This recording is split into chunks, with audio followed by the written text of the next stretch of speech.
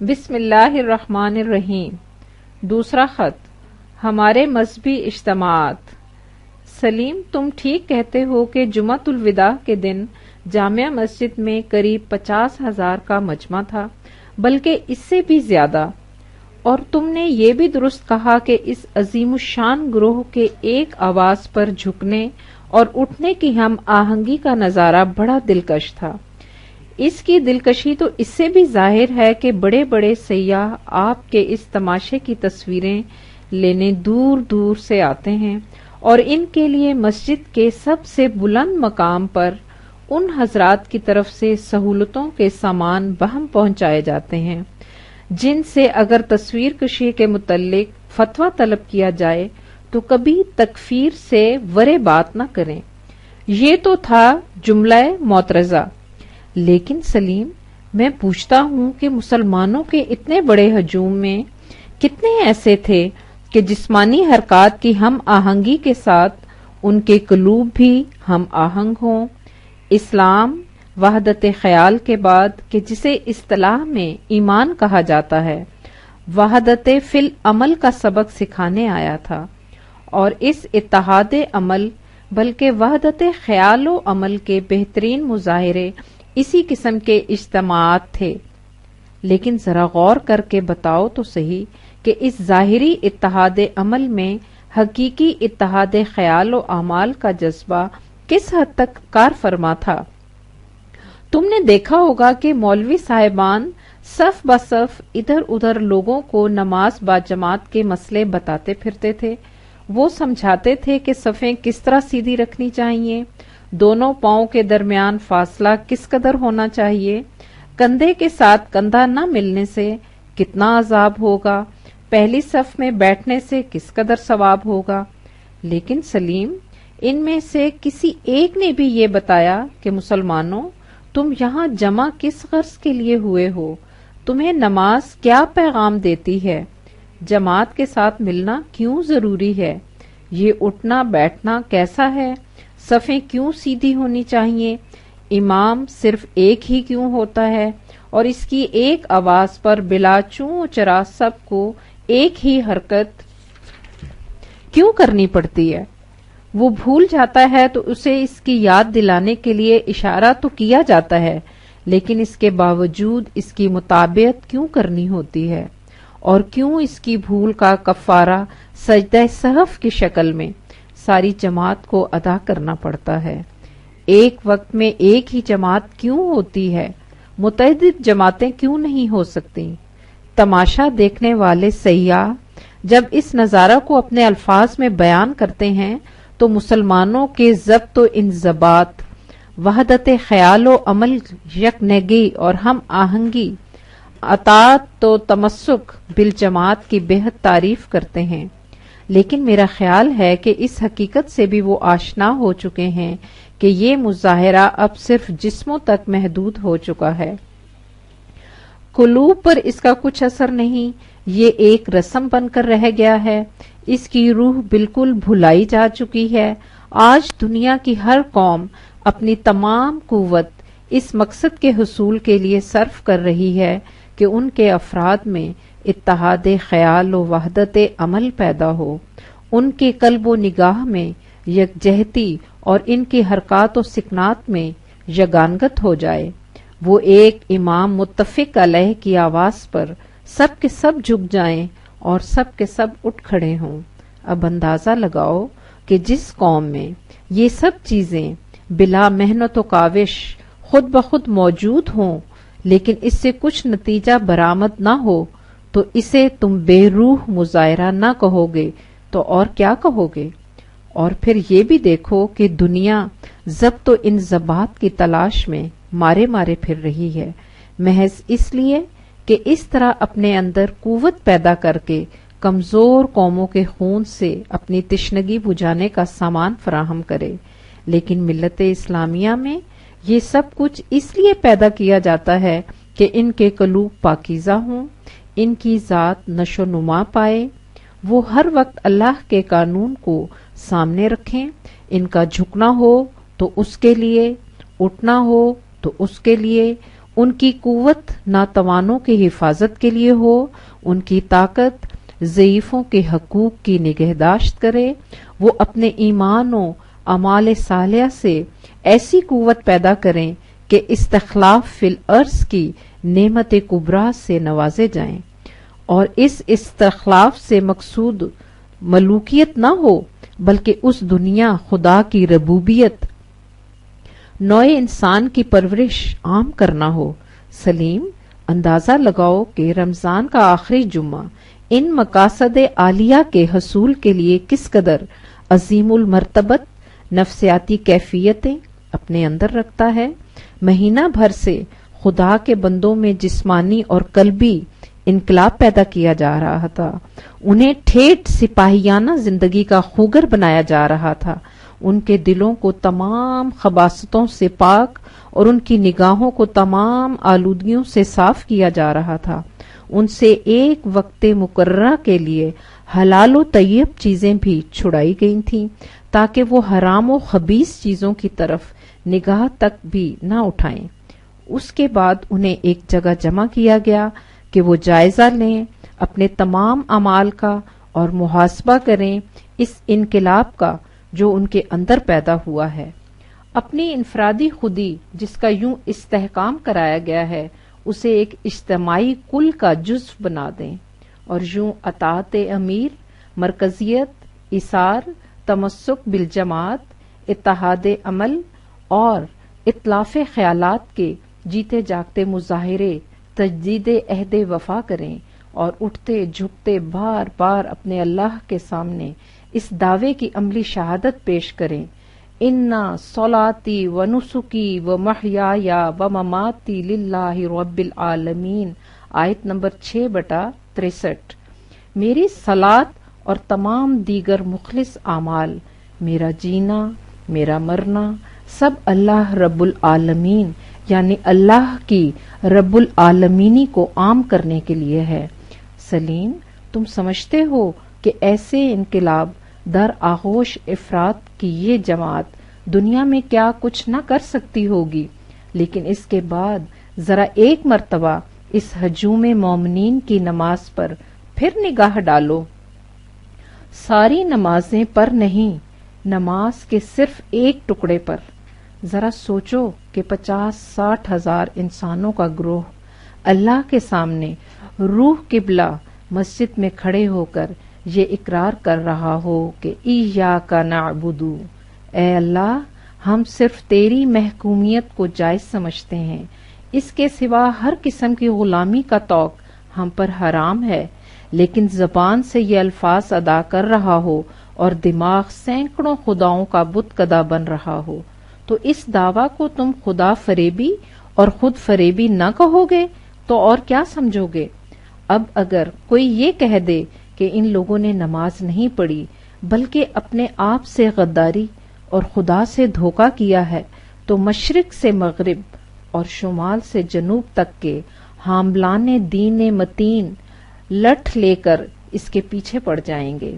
اصل یہ ہے کہ اس میں ان بیچاروں کا بھی کوئی قصور نہیں، اس لیے کہ انہیں بتایا ہی یہ گیا ہے کہ اگر ہاتھ فلاں مقام پر باندھ لیے جائیں، پاؤں میں اتنا فاصلہ رکھ لیا جائے، انگلیوں کا رخ فلاں سمت کو ہو، سجدے میں فلاں فلاں حصے پہلے زمین بوس ہوں، الفاظ اپنے صحیح مخرج سے نکلیں تو نماز ہو جاتی ہے۔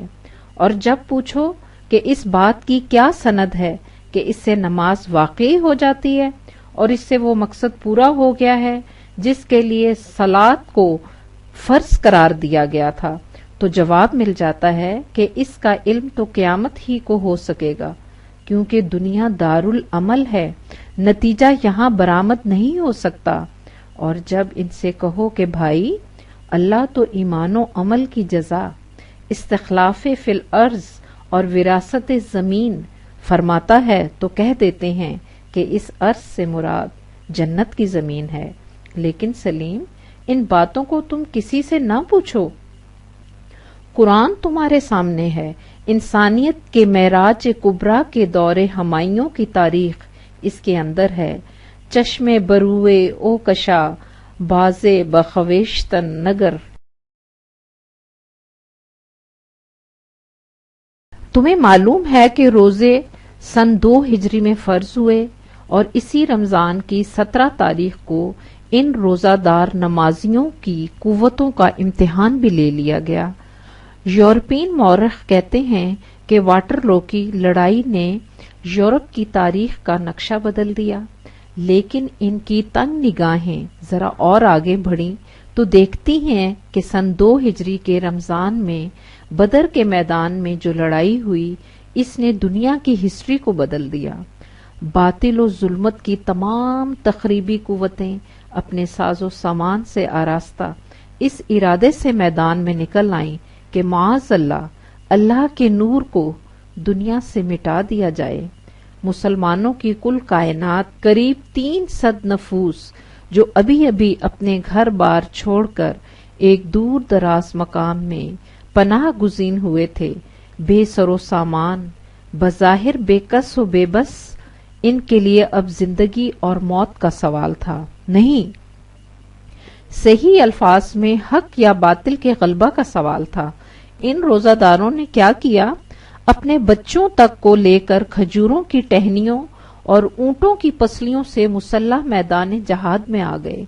سلیم، ذرا اس موقع کی نزاکت کا اندازہ لگاؤ اور اس کا احساس اس سے کرو کہ خود نبی اکرم نے اس لگ و دک صحرا میں نہایت خشوع و خضوع سے اپنے رب کو پکارا اور کہا کہ اے اللہ، تیرے بندوں کی یہ مٹھی بھر جماعت محض تیرے نام کی بلندی اور تیرے دین کی حفاظت کے لیے سر بکف اس میدان میں جمع ہو گئی ہے۔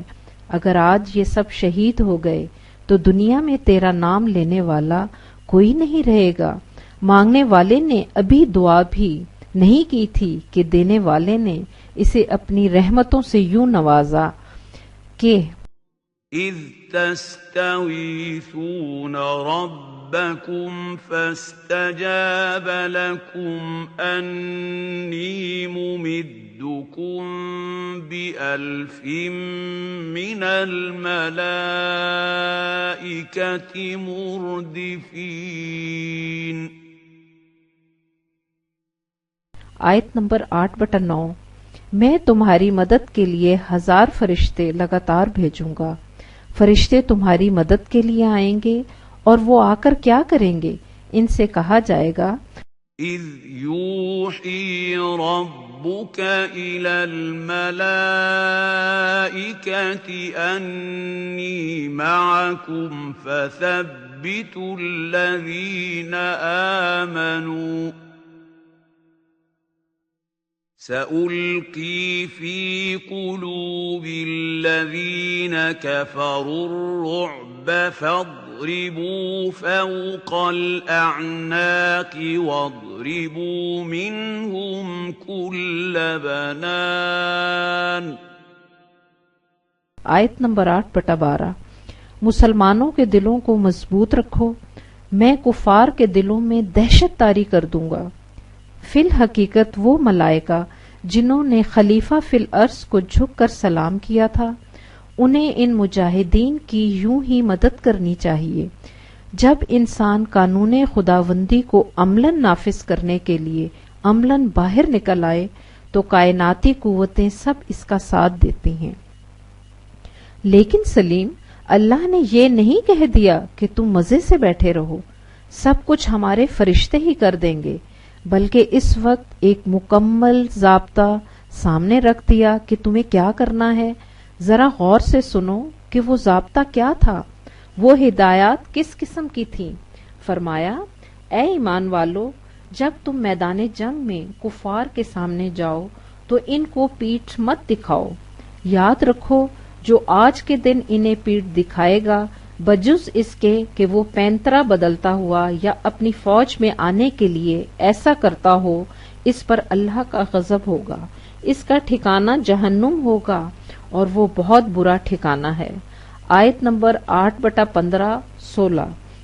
سلیم، سنتے ہو کہ مخاطب کون سے مسلمان ہیں اور غور کرتے ہو کہ اپنی قوم کا ساتھ چھوڑ دینا، دشمن کے مقابلے میں پیٹھ دکھا دینا کس قدر جرم عظیم ہے۔